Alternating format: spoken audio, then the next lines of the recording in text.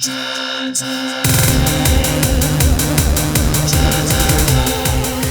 guys, we are in the basement and today guys, on this episode of John's Arcade, and yes, take a look here, the arcade is turned off because we are still on strike, because we're never gonna turn this arcade on ever again until we fix the Atari Tempest, and yes, this is indeed part number 3 of the Atari Tempest fix. Now, let's kind of review, because the first 2 videos, what did we do? Well, the first video, we fixed the edge connector, okay, because the thing was loose, and I was having all kinds of trouble with the game, just freaking out and resetting and all that, and I was always able to fix it with the edge connector, okay, so we repinned that. That was part number 1. And then part number 2, we tried to fix the 6100 monitor, okay? We have a Wells Gardner 6100 that was just kind of dead, right? Spot killer was on. We brought it to the garage. We found a bunch of bad parts, a bunch of bad transistors, the frame bottle cap transistors. We replaced all of those and the sockets, okay? And then we also tested a bunch of parts, a bunch of the transistors, the ones with the heat sinks. However, it didn't fix the monitor. After a couple hours, actually, it took me about 6 or 8 hours to film the video. The video itself is rather long. We brought it down here, plugged it in, even after, with all that work still, we did not fix it, okay? We still had a problem, okay? I thought initially it was the LV2000 that went bad, okay? There's a little board on there. It's called the LV2000. It's a modern replacement, replaces the entire low voltage section, okay? And the light, the positive 26 volt light on the LV2000 was not lit.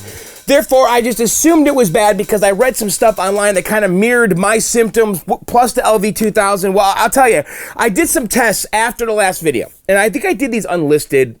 Might have showed them in another video. I don't know, but I did some tests and I determined that the LV2000 was not getting any input voltages, okay? It was not getting the 33 volts that it needed to convert to 25 or 6, whatever. So it was missing the input voltages. Therefore, there was no way that little output light could ever be lit. So we have a problem. Where's the 33 volts? Why don't we have it? Why is it missing? Okay, so we kind of talked about this on the John's Arcade forum, and Andrew and Ian and them, you know, told me to kind of look at the diodes. So I came home from work one day and I tested. There's this little like diode array, these big 5 amp diodes, and they were testing short and circuit. And I'll show you guys in a second here. So I'm thinking. And also, I just got back in Grinkers, okay? We just did a tournament there called Grinkfest 4, okay? I got home last night, and talking to everybody there about this kind of echoed everything that we were talking about in the John's Arcade forum. You know, I talked to Slackmo and Johnny in Utah, and really a lot of people about this monitor, so I feel pretty confident about what we're doing today. And by the way, I do have to thank everybody that came to Grinkers, because that was an amazing turnout. That was an amazing event. I had so much fun hanging out with everyone and talking. Now, I've already done a bunch of videos here. I think I did 3 videos already. I've got 2 more. I thought we'd take a break. I just got home. I'm excited to work on the monitor. I want to get the Tempest out of the way.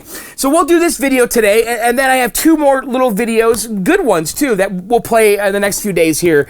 So yeah, I think at the end of the day, we'll have 5 Grinker videos, and the big one was the tour that I already released on like Saturday. So hope you guys enjoyed those videos. I mean, it was a tremendous time. It really was. And really, what an arcade. Honestly, I mean, you guys saw it in the videos. Come on, the place is amazing. So, all right, let's go over here and get to work. Like I said, I was just anxious to do this. I woke up this morning, and I'm like, I want to fix the Tempest. I want to know. I need to know if it's just those diodes, because if it's just the diodes, well, I could fix this pretty darn quick. All right.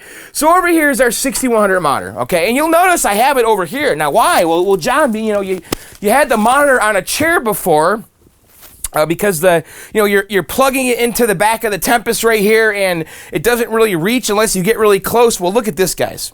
So Johnny, Diving Buddy in Utah, that's his handle on Clov, Diving Buddy. He gave me this right here, guys. This is going to be a godsend. This is an extension cable, guys. It basically extends. You can basically put the monitor where you want it, and then this will plug into the cabinet, okay? So it's extending the 6100 power cords, right? So look at that. We got it plugged in right there, okay?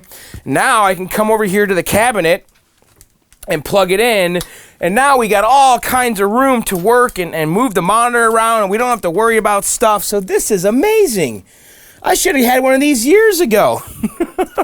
Look at that. So Johnny, dude, thank you. What a useful thing you gave me, because this, I needed that, right? And by the way, I think he sells these. If you look him up on Clove, his handle is Diving Buddy. Okay, he's in Utah, and he looks like he did a really good job with this. But this is going to really make my life so much easier for testing and working on these 6100s. So, all right, let's move on. So I want to just kind of show you guys what's going on. So I have the game plugged in right now. Not turned on though. So I am grabbing ground, okay, underneath this test point right here, okay? So this is essentially ground. So I'm going to take an alligator clip here and hook it up to the negative lead of my meter, okay? And so if we take a look here, the LV2000, and what we're doing right now, I just kind of want to show you guys the state of the monitor before we start working on it today. So the LV2000 is right here, okay? And there's two LEDs on here. One is negative voltage, one is positive. It's like negative 25 and negative 26 volts. And we are missing the positive voltage, okay? Now I did some poking here. This red wire that comes in is the 33 volts, okay? So actually, let's turn the game on.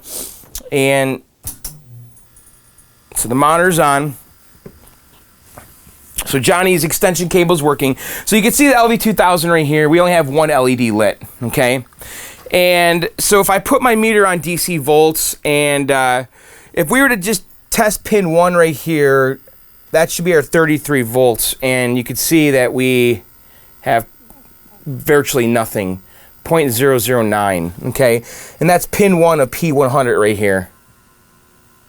Oh no, we do have 33 volts.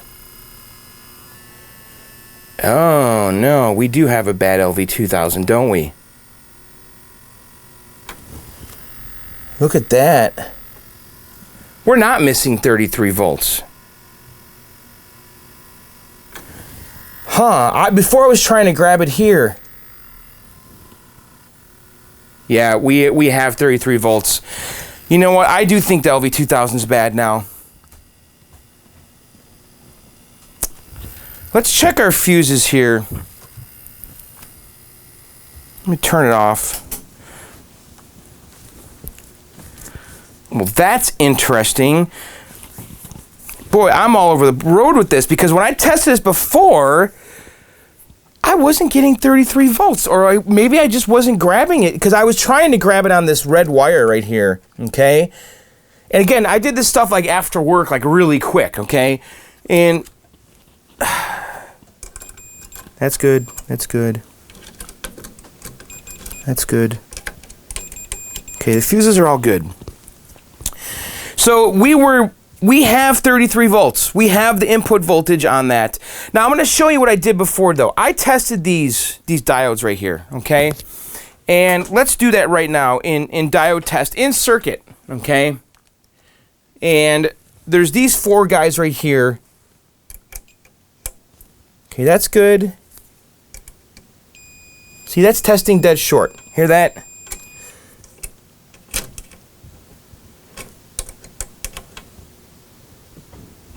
That's out of range. That's out of range both directions. Okay? So, I still think that these diodes are bad. Look at that. That's testing dead short in circuit both directions. I don't know. I feel like we have to pull these out, but this does change my perception of what's going on here, because when I did these quick tests after work last week before I left, actually, where'd my test lead go? I want to test that 30. That's crazy. I thought that we were missing the 33 volts. Let's turn this on again.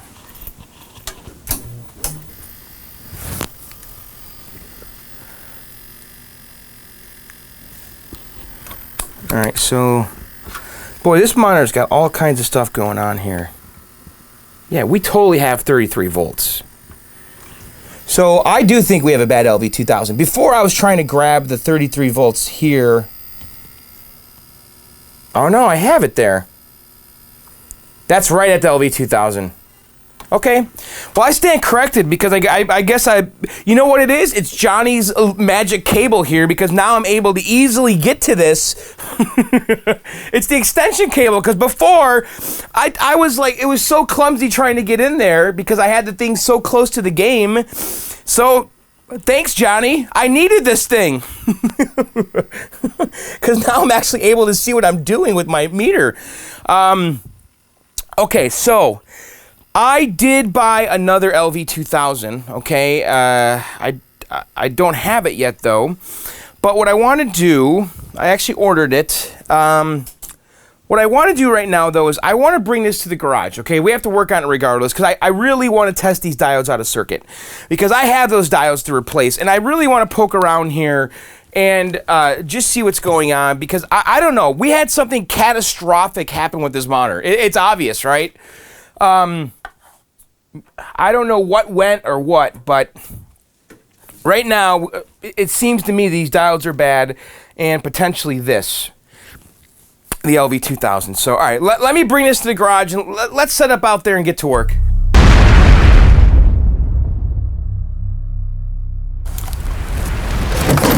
All right, guys, we're in the garage here, and I got the 6100 right here, and yes, look at it, it's a mess out here. So, this weekend, though, we are absolutely, positively working on the Mortal Kombat. We have to, guys. I really want to get that done before it snows. I want to be playing that game within a few weeks, so we'll work on the Polo monitors. So anyway, let's talk about what we're going to do here. So, so it's really interesting what we discovered in the basement before we came out here, because I've been thinking about this, okay? Because in the last video, when I was testing this, we were not getting the positive 26 volts out of this header here on pin 3, and we were not getting, we were getting the negative 26 volts on pin 6 on P100 here. And then today, when we tested it, I verified that we were getting the 33 volts in, okay? So the LV2000 is getting power, but nothing's coming out, okay? Now, also when we were downstairs, we were testing these rectifier diodes right here, these 4, okay? And these kind of work together to kind of form like a transistor kind of scenario. Is that what it's going on? Isn't a transistor just like kind of this kind of setup? At least that's my understanding. But if we come in here and do the diode test, and by the way, I did this off camera, and it's really curious, I have to admit, okay? So I have it on diode test, and we're interested in testing D102, 100, 101 and 103, and these are all 5 amp diodes. There is an upgrade for these, which is a 6 amp diode that is recommended, but I think, I'm not positive these are the original ones, okay? And but if we were to come in here and test these, and I have it on diode test, okay? And so if we're to come in here and test these now,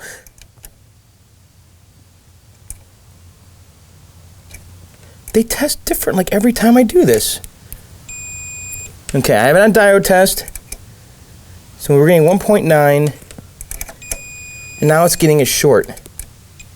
Okay, now it's not. I'm wondering if I am making bad contact with these. It's like every time I test these, I get something different. Okay, that's good, 0.49. That's testing good, okay? And then if I come over here the opposite direction, now we are getting a reading. Is the battery on my meter low? I'm telling you, I'm getting a different test every time I test these diodes. Okay, that's how it should test. Out of range, that direction, and then the other direction. Now I'm getting point. You know what? I am going to change the battery on my meter. Maybe that's what's going on here. All right, guys, I went and got another battery for my meter. You know, I don't honestly know what's happening here. It's testing very strange. And I guess technically testing diodes in circuit is not reliable, but I've been told that these diodes you can do that with, so we'll see. All right, so we get 0.49 this direction, okay? All right, 0.50 forward DC voltage, and then this side I'm getting a reading too. I don't think we should be getting a reading in both directions. See, look at that. Now we're getting 0.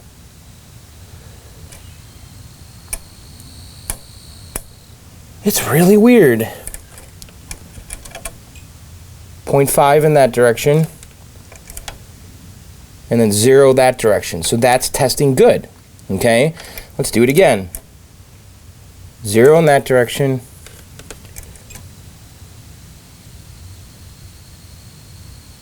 And then about 0.5 in that direction. Okay, so that's testing good too.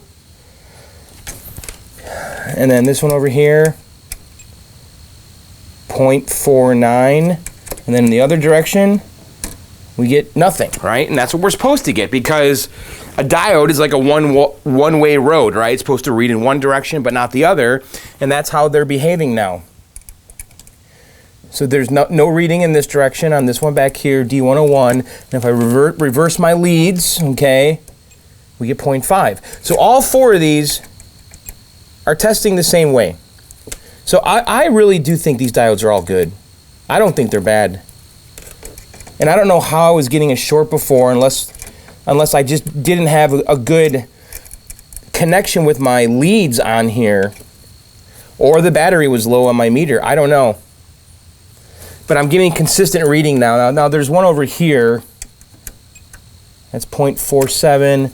And then if we test that one the other way, it's fine. Okay, so I do think that we have a bad LV2000, and actually the one I ordered should be here today.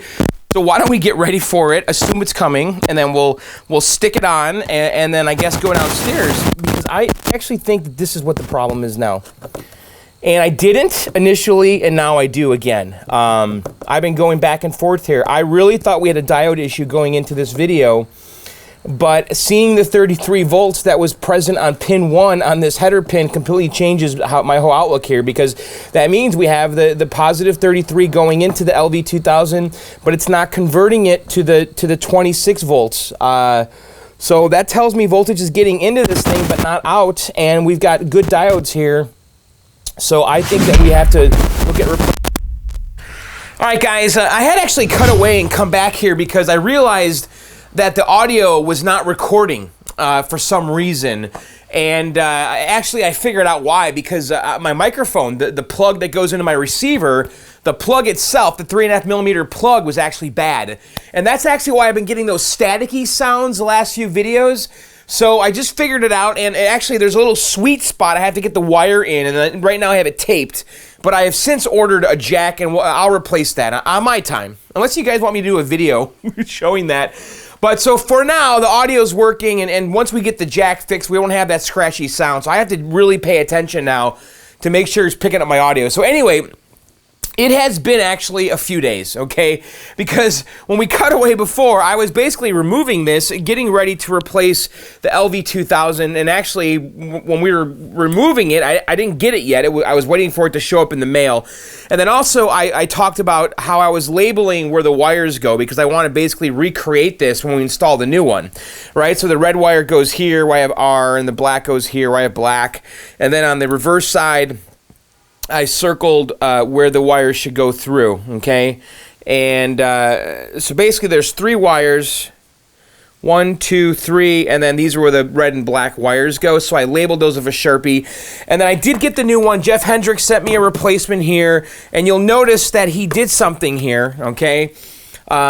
He added heat sinks to it. Okay, so this is the original one, and these might be the voltage regulators right here, and so he added heat sinks to them, so you can see he's trying to improve the design, and so we'll see if that helps with longevity here. Not sure what happened. Did it heat up and took those out? Who knows, but we have the new one right here. So let's go ahead and desolder and remove this old one. And again, I really want to make sure that we recreate what we're doing here, because I actually don't have the manual or anything, but really it's just 3 wires here, actually 3 leads on the bottom and 2 wires on the top. So this should be really quick and easy to replace. We just have to keep everything straight, you know, as to where what goes. So I'm going to use my desoldering iron here, and I suppose we could just go for it and just remove them all. I really do think I have everything labeled pretty clearly here. So this is where, so one wire is going to come out here. One wire is going to come back here.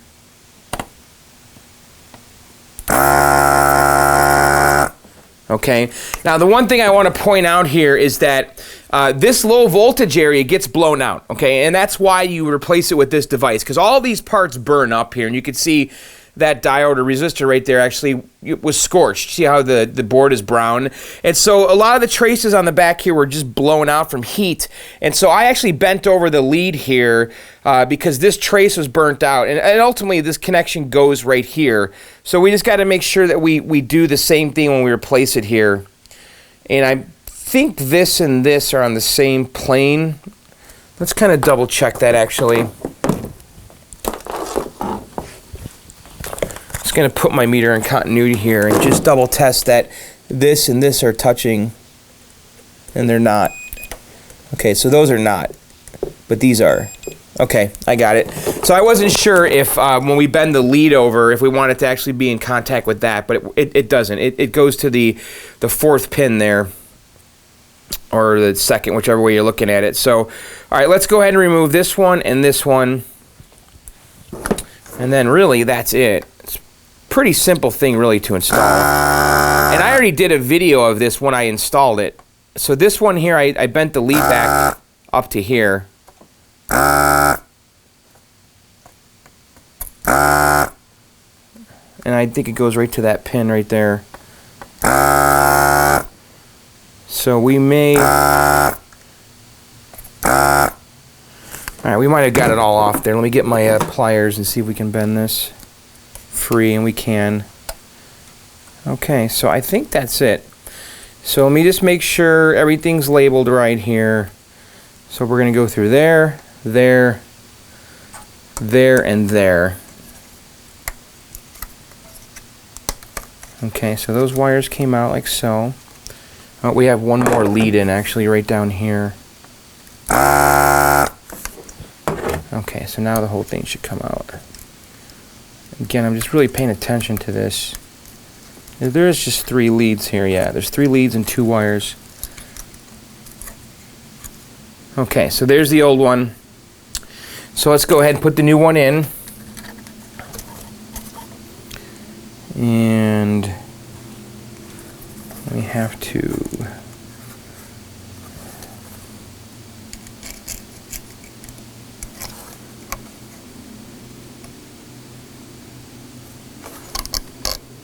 kind of tricky actually, so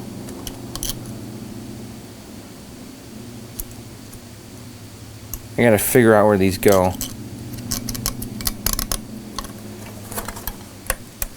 That one does not go there, so we gotta go over 3-4 holes. Okay, that one goes there, and then this one goes in the middle hole right here, just like so. And then this one goes through right there. Okay, so I'm going back through the holes that we removed it from. Okay, and we're going to let it sit up a little high here just so it kind of stays cool, right? I see no reason not to do it that way. So I'm going to go ahead and solder in these 2 here, and then this one we're going to have to bend over. So let's go ahead and solder those in, just to kind of hold it in place.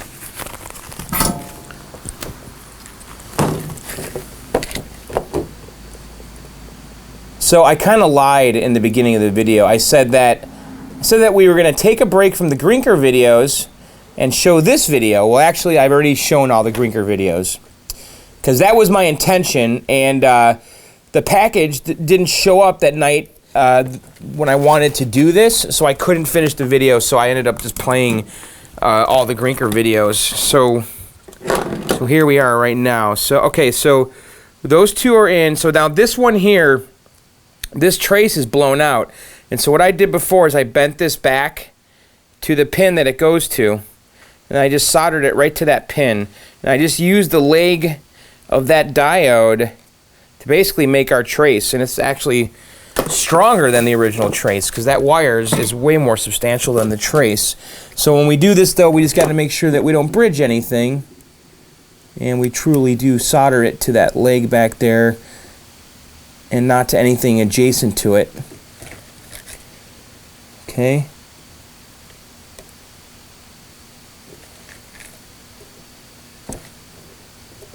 All right. So let's double check our work. Looks pretty good. Okay.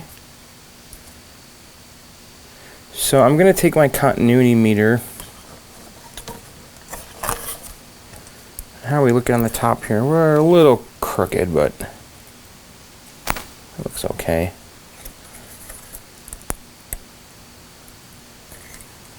This side could come down a hair. Actually, we can raise.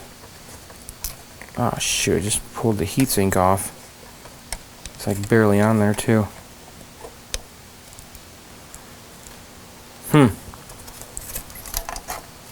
Heatsink just fell off.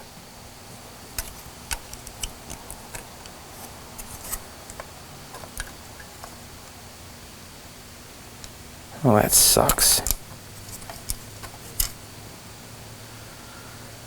Well, it wasn't really on there very well, was it? I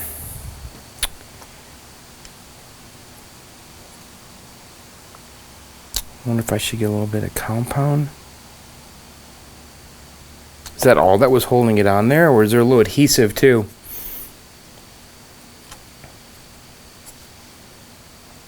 Arg. I mean, we could roll without it. I mean, I had no heat sinks on here for how many years before it failed. So red goes there, black goes there. So let's go ahead and solder those wires in.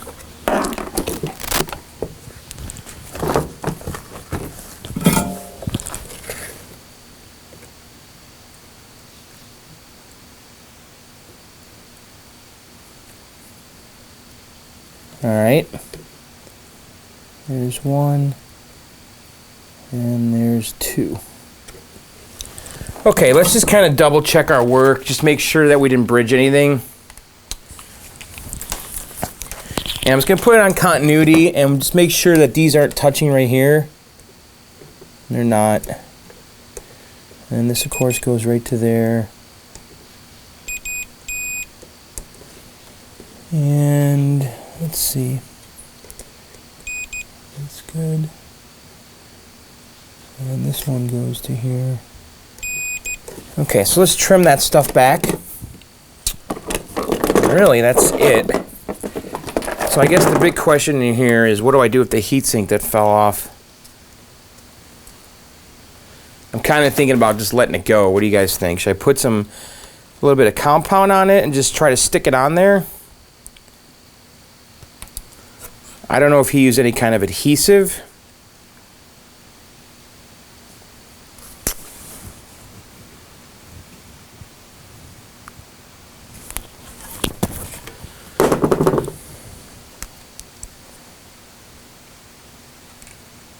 And the thing's not going to stay on there. Just curious, if I just put a little dab of that heatsink compound in here, would it stay? If I very carefully don't touch it.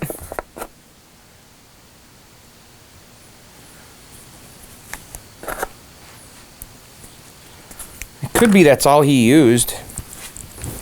I just put a little bit of a little dab of it. No, that thing's not gonna stay on there.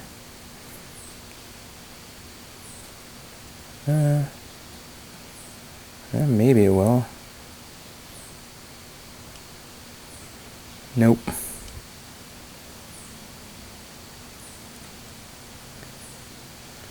Maybe if it dries, I don't know.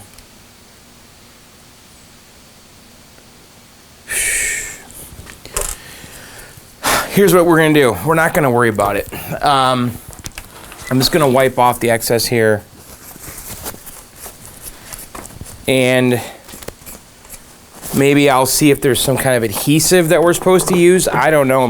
Put it back on later. I feel like this is low risk if we don't put this on. I mean, obviously there was some kind of a flaw where he added these,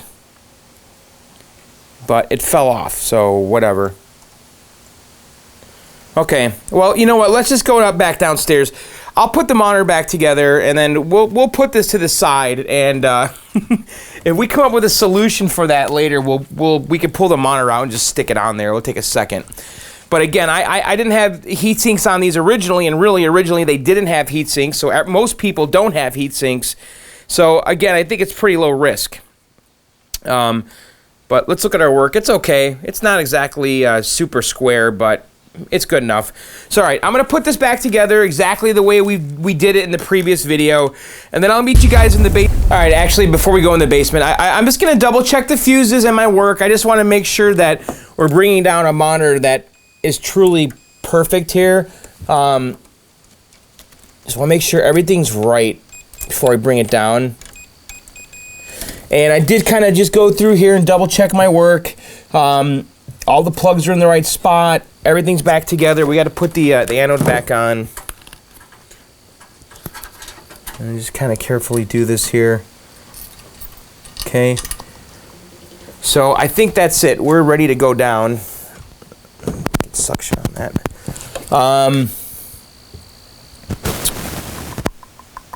Yeah, everything looks good. So we're ready to bring this thing down there. So all right, I'll meet you guys in the basement. All right, guys, we're in the basement here, and let's go ahead and plug the monitor in. We have our little extension cable, and so let's plug it in. And I want us all to cross our fingers because I really want to be done with this topic. Like, I really want to be done. So I need to move on with my life. All right, the game's plugged in, so I'm going to go ahead and turn it on here. Here we go. Okay. All right, so I'm looking at the LV2000. Let's kind of come over here and look at it together. So I noticed right away we have two LEDs on, okay? See that? Right there.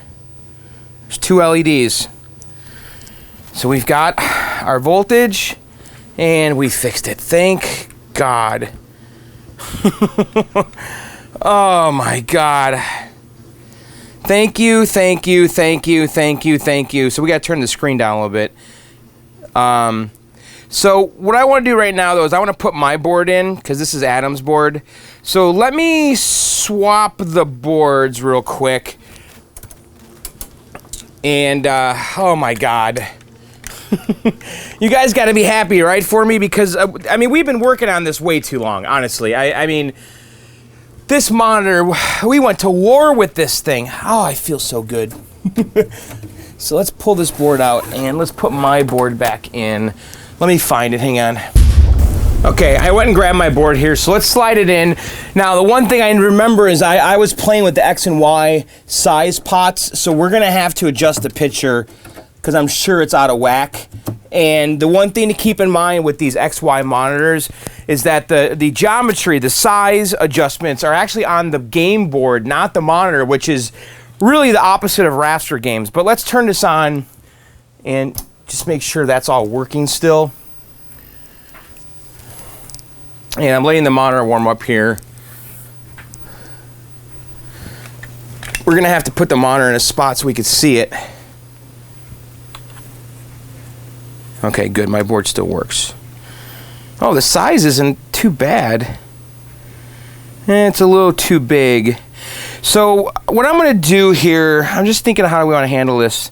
I gotta turn the screen down. Okay, so let's kind of do that. So those scan lines disappear. And playing with the focus right now. So this dimension here, which I guess is the X size, could be the Y though. I mean, on a horizontal monitor, left and right would be Y, would be X, right, and up and down would be Y. But this is a vertical monitor, so it might be the opposite. So let me just play around with that. Actually, let me see if I can put the monitor in a spot so we can all look at it while I do it. Let me figure this out. Hang on. Okay, I actually just turned the monitor so it's facing me while I'm playing with the pots here. And let's turn it on. So I'm gonna basically go over here, right, with the PCB and then turn all those pots while I'm looking at the monitor to make sure we got it sized correctly. And I guess I'll kind of just show you guys the monitor while I do this. Okay. So I'm gonna right now move, I think the X size one, which is this right here. This is Y size. Okay, so Y size is that. So now we gotta mess with the Y center, which is not that. That's X. I'm trying to read the pots here. They're labeled. Okay, so that was Y. This is Y size. And then this is Y center. Okay? So that's Y center, Y size. We probably should put it on the test grid, really. And then these two here are X size and then X center, like so. Let's see how that looks. We got to turn the screen down a little bit. That doesn't look right. That looks way more centered.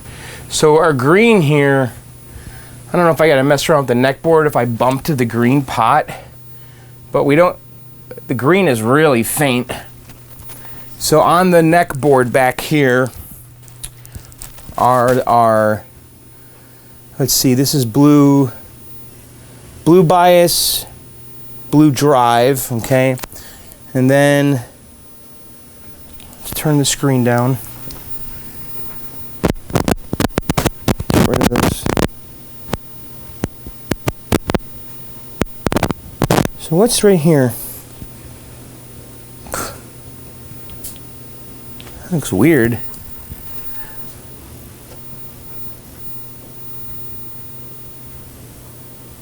Okay. So that looks legit. I think I'm going to put the test screen on. Are we missing green?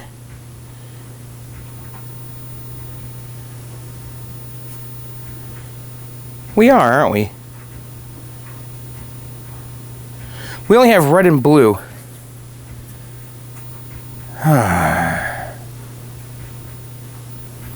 What is going on here? Are you kidding me? So, did we bump the green drive maybe on the neck board? Let me take a look here and see which one's green. It's this top one. I'm going to carefully come in here and move this pot. There's green. Alright, our green's back. Okay, that scared me.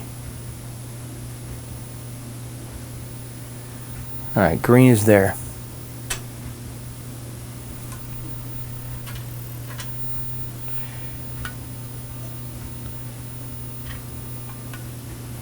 So, this, I can make the, that pot back there, guys, is, if I wiggle it, I can make the green disappear.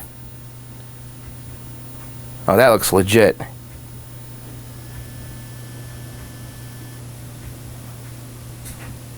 I think we have a cold solder joint on that pot.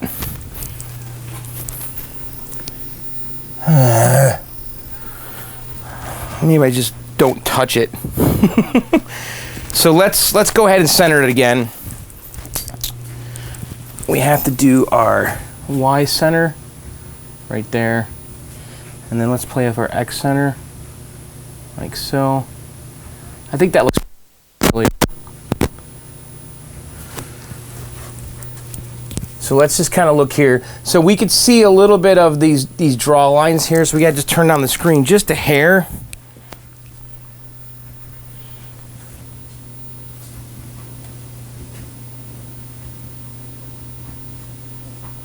Let's focus. So if you turn it all the way up, you can see what it's doing behind the scenes. Isn't that wild? So look at that. Isn't that cool? All right, so those are all gone now. And then let's. All right, I think I feel pretty good about this. You know, I'm not sure about what's going on with that green pot back there, but I'm not going to touch it. Okay, so right here actually is where you can really see those lines. And it was kind of always like that. It never really bothered me. And when it's behind tinted glass, you don't see it so much. So I think it looks pretty decent.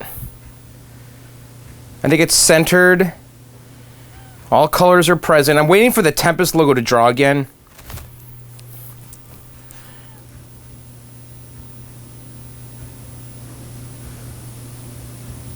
Get my focus really dialed in here.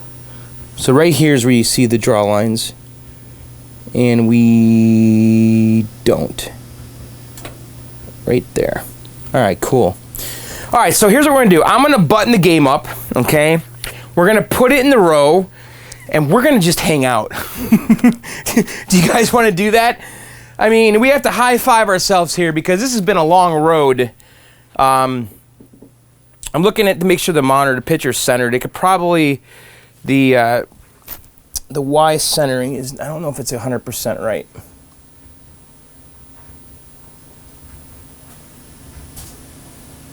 I think the X is a little off too. Right there. That looks pretty good. Just kind of eyeballing this. The X center right about there. Just trying to center, like right now the Atari, I'm trying to center that.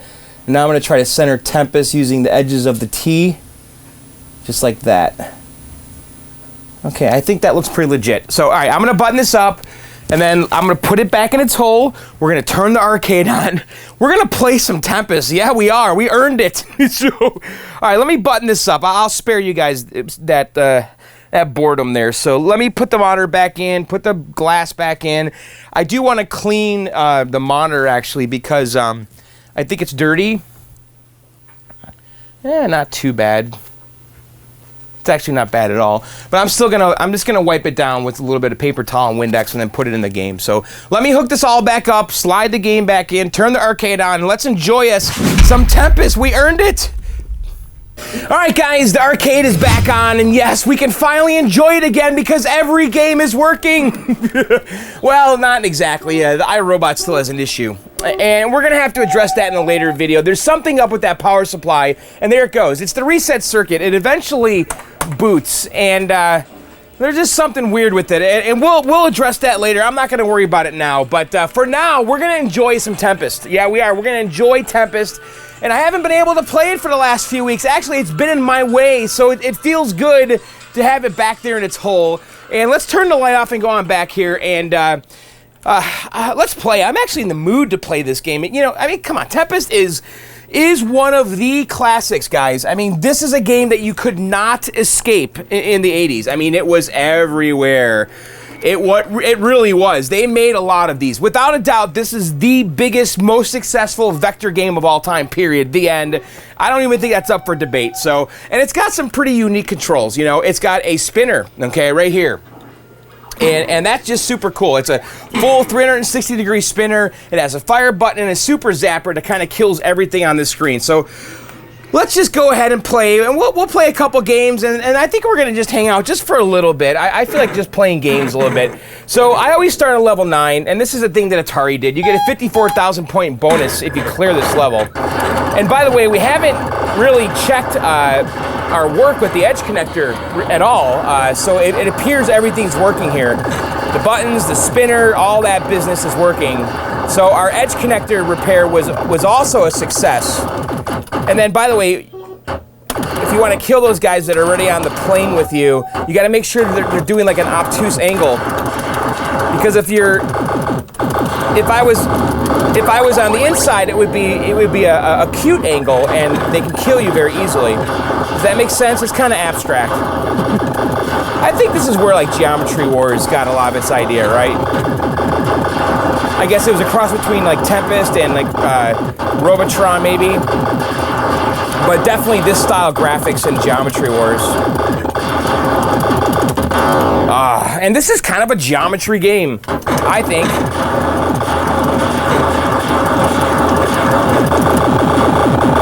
And if we hit the super zap, kills everything. And then there's those green spikes that come out, and you gotta make sure you have a clear way when you're exiting the level.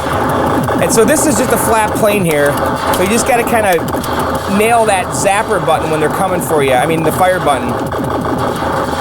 Ah, that thing shot at me. Mario looks pretty good, actually. I think I got it dialed in pretty okay. I'm gonna zap him. So we still have some stragglers here. Oh, shoot. All right, we had a clear way out.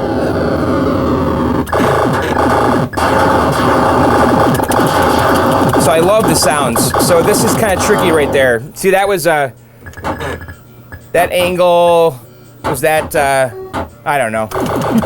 Where's the best spot? Right there? You kind of got to find the spot where they don't, it takes them a while to swing over you.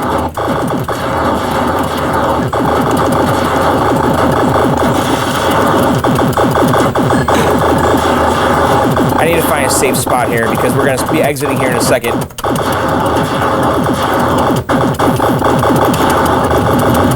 Alright.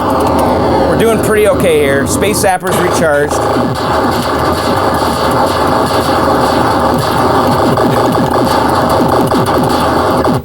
So this, see, that was cute. So you want to be like, if they're coming from this way, you want to be right here. Like that. And that's like a safe spot. But if they're coming from the other way, you want to be here. Ah, I screwed it up.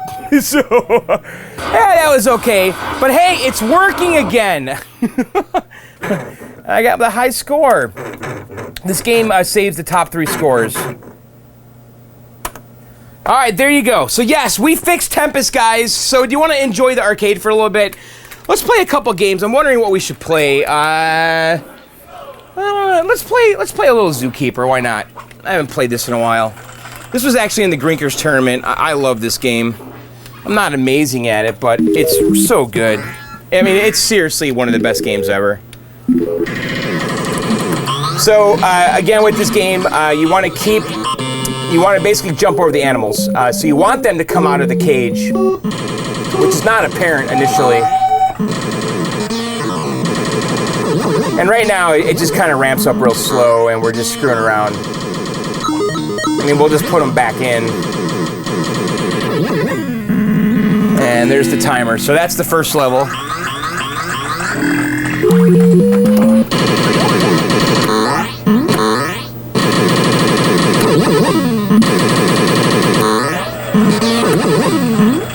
So I want them to come out, but really these initial levels, there's not a lot of ton of point pressing opportunities. Basically you get 250 points for 1, 500 for 2, and then it keeps multiplying. So this is a little bonus level. I think the best way to pass this level is to do it as fast as possible. And then if you jump, there we go, we got her. My hero, 5,000 points, all right. So, and then they always go the opposite direction of your Zookeeper. So I'm going to stand here and try to get them to all go in the same direction so we could kind of group them together. So they're all out. So let's jump this big cluster here. So we get 6,000 points for that. See, I got a little too bold there. So let's see if we can get them to come out and I'll go that other direction. Just to kind of group them all together. And we got to watch our timer because we don't have a lot of time to really point press on these early levels. So they didn't really come out in packs. So I'm just going to get whatever points I can and then we'll get out of here. So we ran out of time there.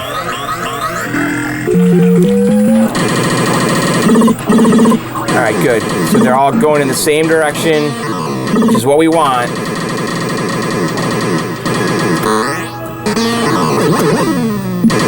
So let's wait for a big group here. So like here comes one right here. That's a 2,000 point jump, not that great. Here comes a big group right here. Look at this. Ready? 30,000 points. See, we get our 60,000. That was pretty good, right? Alright, so this is that bonus level again. I'm not going to linger on here. Whenever I linger is when I die on this. And if you land on that platform, you get like a little bonus. Now here's another bonus here. And this is another one that you can point press. It's really risky though. At least it is for me. I'm not good enough to point press here. But you can linger on this conveyor belt. and really start jumping the animals. So we just got a free life for rescuing her. All right, so here we go. Now things are gonna start getting really good. So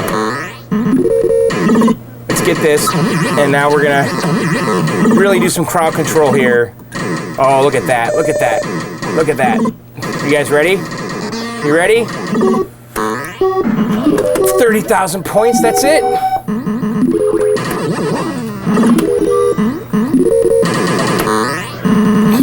Ah, got greedy. All right, we gotta let them come out. Come on out, guys.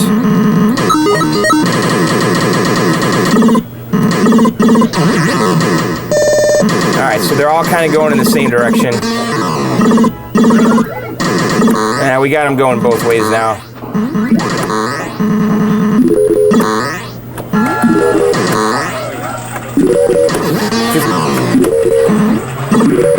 $15,000. Having a pretty okay game here.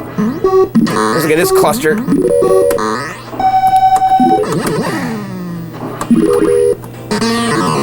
Ah, that's okay. This level's great. Let's get some points.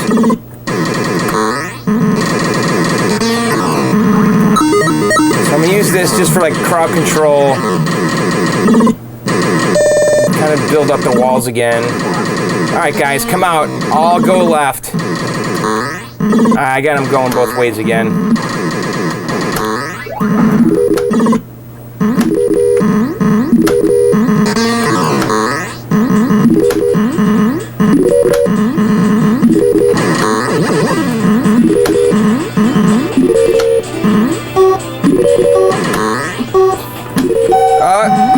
Oh, got greedy. Hey, that was a pretty good game for John. 367,000 points. So this game saves high score. Oops. But there's no rub. Whatever. This game saves the high scores, but I have a cordless phone battery in there, and basically that battery needs to get charged, and I have to leave the game on for a long time. So, like, when I have a party, that game will save scores like for the next 6 months because the game's on for like 12 hours. All right, let's play some Firefox, and then we'll do some viewer mail. What do you think? So Firefox has been a pretty good citizen down here, guys. I have no complaints. This game has been working pretty reliably. I do have to update the Dexter board, though, because there's a little bit of a bug that I discovered. Sometimes it doesn't boot.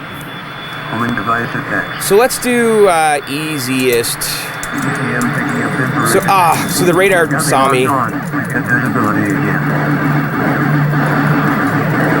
So basically, you got to shoot all these missiles, and if they hit you, you lose fuel, okay? And you can see the fuel counter on my crosshair. It's also in the bottom right there. And we do have missiles, guided missiles. They're not homing missiles. So let's go to the sky. So the guided missiles, you got to keep the crosshair on the plane. It's not like a heat sinking where it's fire and forget. So, I'm getting hurt here. I'm doing really bad. All right, let's go to ground. We're gonna take her down. We got radars again. So if you miss a radar, you're detected, and they send all the planes after you. So we want to try to get all the radars. No detection.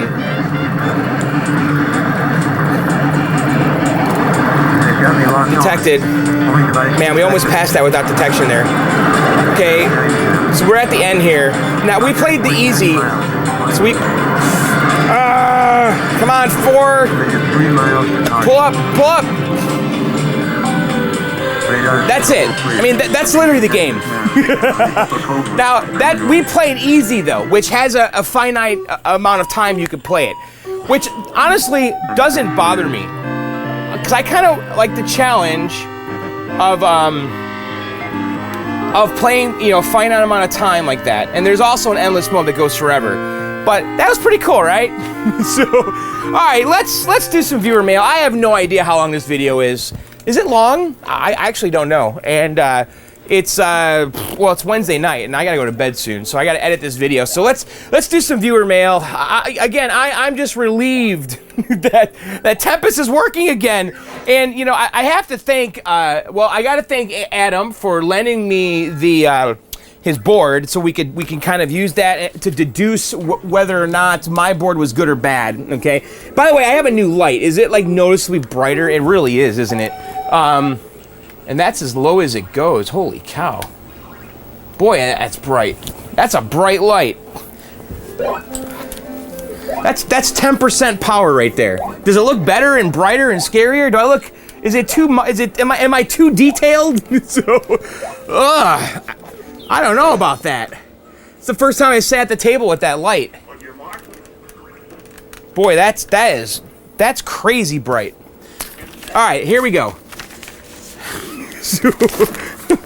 And by the way, okay, first of all, let's go back too, because I was starting to thank Adam. I have to thank Adam for letting me borrow that PCB to deduce whether or not our PCB was good or bad. And also, I want to thank Johnny, Diving Buddy, for giving me that extension cable. That thing was amazing. That really made our life very simple to test that 6100. Of course, Ian Kellogg at IanKellogg.com for sending the parts and the transistors and all that. And of course, you guys should go there too and order your John's Arcade branded cap kits and parts like we use in this video at IanKellogg.com. It's a great way to support the channel. So moving on here, let's do some viewer mail. I'm already hot down here.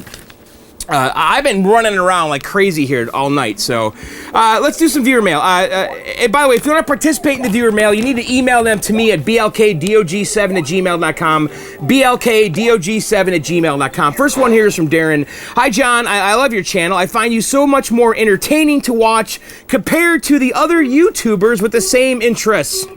Well done, and thank you. Thanks, man. I'm a child of the 70s. I grew up in the UK with arcades everywhere, but especially on the South Coast, where we were for summer holidays. I discovered MAME around 20 years ago, and although I did recreate some of my youth, I've been hankering after a real machine for some time. I don't really have the space, but I figured if I threw out some unessential kitchen appliances, like a fridge, I might be able to squeeze in a cab. That's pretty funny, actually.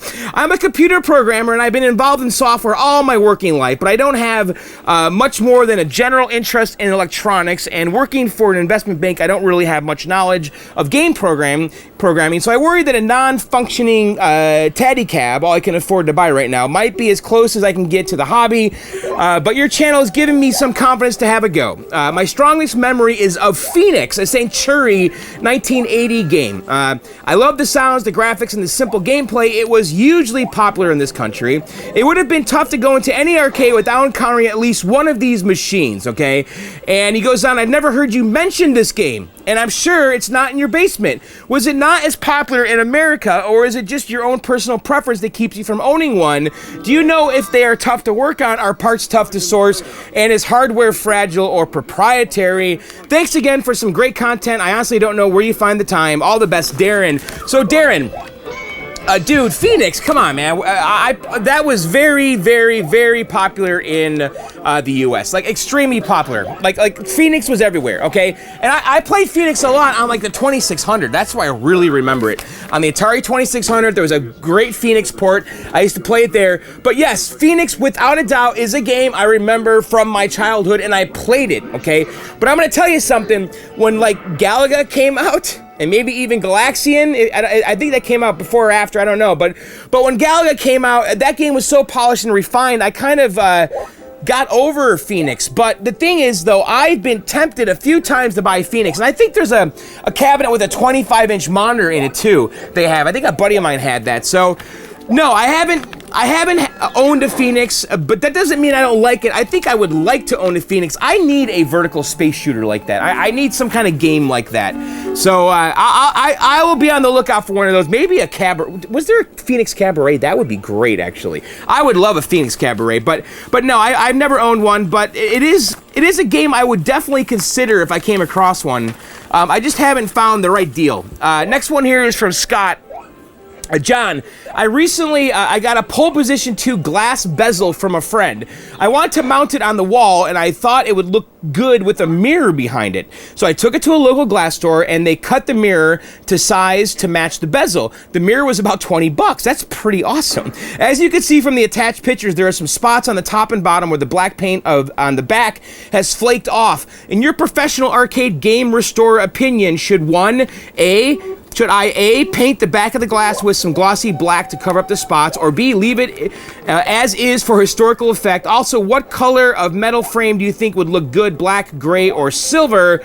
I'm going to take it to Hobby Lobby to check out a frame for it. I hope they don't want a fortune. Thank you for your input. Keep on posting the videos and have fun. Scott Washburn. So let me show you Scott's pole position 2 bezel here with a piece of glass behind it. All right, so Scott, that looks pretty cool. Honestly, I like it a lot. I think that's a great idea. That's a great way to use a bezel. Now, on the back there, you said some of the black paint was flaking. I'm going to tell you that actually when you're at Hobby Lobby, okay, getting your frame made for this, go in the little arts and craft area, which I guess the whole store is, but they have little acrylic paints in little bottles like this. And actually, this is a pro tip that I got from Clay Harrell, because I touched up my my Kix bezel, okay, because it was all blown out in all the edges, and I touched it up from the back using acrylic paints. And again, there's these little bottles, like a couple bucks. Buy yourself a bottle of black and just paint on the back, okay? And it works wonders. Actually, the proper way to do it really is to spray some triple thick on first, okay? Then put your acrylic paint touch-up on, and then cover the whole thing again with silver acrylic so it looks like it was the original. Now, I plan on covering this when we do the Bronco. That's my plan. I want to kind of do that with the Bronco back glass. Is Tapper making a weird noise here? It's like there's interference here. Tapper, don't die. I could see like a hum bar here. What's going on? I hear it. Weird. Please don't die, Tapper. So yeah, I would absolutely touch up the back. If the paint's not flaking, you really don't need to put the crystal thick on. If it's just kind of a couple little spots, I would totally go in there. I would totally... am I hearing a hum? I would totally go in there with the black acrylic paint and a paintbrush. I'm getting like interference on the screen. Yeah. Don't tell me the power supply is going on this thing. There's like hum bar on the screen and like interference. There is an original MCR power supply in here. Anyway, yeah, touch it up with some black paint. So you know what, guys, we're gonna stop here.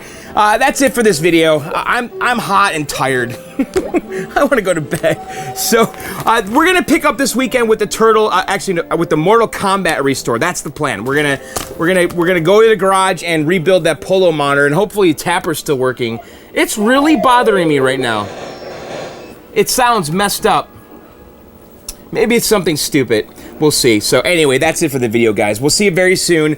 Hope you enjoyed it. And thanks to everyone that came to Grinkers. It was truly a great time. So it was fun meeting all you guys. So be sure to subscribe to my podcast, Video Game Outsiders, at videogameoutsiders.com.